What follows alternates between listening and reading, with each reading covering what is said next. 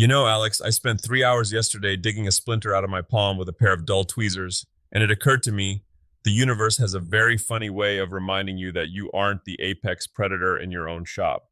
Only you could find a philosophical breakthrough in a piece of wayward white oak. Was it a poetic splinter, at least? It was a humbling one.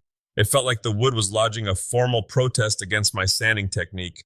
But it's a new week. We're kicking off July, the humidity is high enough to make my glue up sweat, and we've got a lot to chew on today. We're talking about robots taking over the welding booth and the new wave of kids coming in to save us from ourselves. And don't forget the floor. You showed me those photos earlier. I'm still not sure if I want to walk on a floor that looks like a rainforest or if I'd just be constantly terrified of tripping over a holographic fern. We'll get to the 3D jungle soon enough. But first, let's talk about these mechanical shopmates.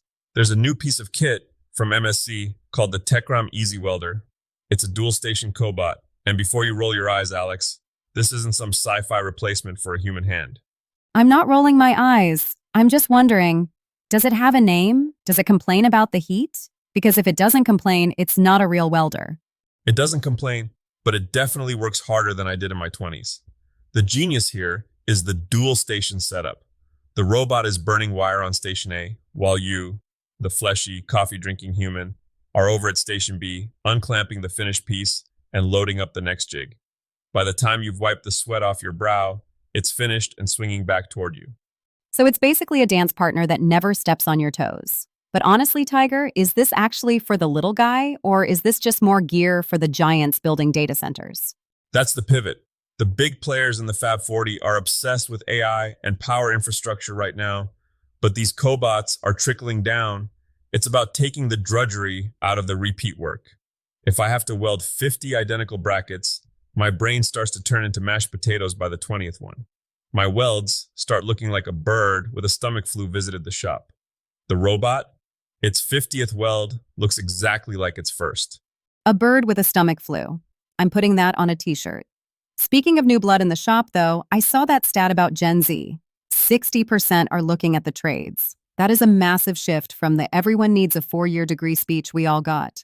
It's a beautiful sight, Alex. For a long time, it felt like we were the last of the Mohicans, just a bunch of us guys with graying beards holding onto the wrenches. But these kids are coming in, and they aren't just looking for a paycheck, they want a roadmap. Right, because the old just stand there and watch me until you don't suck method of teaching isn't exactly a modern management style. Exactly. I grew up in the era where training meant getting yelled at for holding the flashlight at the wrong angle. But if we want to keep this momentum, especially with stuff like the new plumbing bills down in Louisiana, we have to be mentors, not just bosses. They want milestones. They want to know that if they master their KPIs, customer satisfaction, job speed, whatever, there's a clear path from holding the pipe to running the crew. It sounds like you're saying shop owners need to trade in their grumpy old man cards for something a bit more professional. Well, let's not get carried away. A little grumpiness builds character. But seriously, if you've got 30 years of grease under your fingernails, don't let that knowledge die with you. Document it, build a program. These kids are hungry, but they don't want to guess what success looks like. Okay, let's shift gears to the Maker Mogul segment. We get a lot of emails from people who love the craft but hate their day jobs. Shopify just dropped their 2026 trends. What's actually moving the needle this year? It's all about the high touch factor. People are tired of mass-produced plastic junk that breaks if you look at it sideways. If you're looking to sell, think small, but premium. Enamel pins and jewelry are huge because shipping costs won't eat your lunch. But my favorite? Specialized consumables. Like the post-construction muscle recovery bath bombs? I thought you were joking when I read that in the notes. I wasn't joking. I'd buy a crate of those right now. My lower back feels like a bag of dry ramen noodles. But that's the point, isn't it? You're not just selling a bath bomb. You're selling a solution to a specific person's problem. A niche, as the marketing folks call it. Precisely. If you make a bowl, it's just a bowl. If you make a slow-cured walnut bowl for midnight sourdough proofing, you've got a brand. And don't sleep on digital products. If you've spent weeks perfecting a CNC file for a foldable workbench, sell that file. You build it once, and it earns money while you're busy trying to find where you left your tape measure for the 10th time today. Which brings us to the most ambitious DIY project I've heard of in a while. The 3D jungle epoxy floor. Tiger, explain this to me like I'm 5 because it sounds like a recipe for a very expensive mess in my hallway. It is a high stakes game. I'll give you that. You aren't just painting the floor, you're creating a literal window. You start with a perfectly prepped concrete slab, and I mean perfectly. If there's a speck of dust or a drop of oil, the epoxy will reject it like a bad organ transplant. So prep is 90% of the work. Where does the jungle come in? You lay down a high-res image or a base coat with your textures, and then you pour the flood coat. It's this thick, crystal clear resin that gives it that deep 3D look, but here's the kicker: bubbles. The enemy of all things smooth. They're like tiny saboteurs.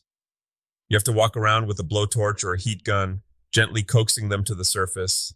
It's a bit like being a mad scientist. One wrong move, and you've got a permanent bubble over your favorite holographic Jaguar. But when it works, it looks like you've ripped a hole in the earth and found a hidden paradise under your laundry room. I feel like if I did that, I'd never want to put furniture on it. I'd just sit on the wall and stare at the floor. And that's the maker's curse, Alex. You spend 100 hours making something beautiful, and then you're too afraid to use it for 6 months. So, what's the big takeaway for the week, Tiger, before we all head out to buy robots and jungle floors? The world is changing fast, but the soul of the work is the same.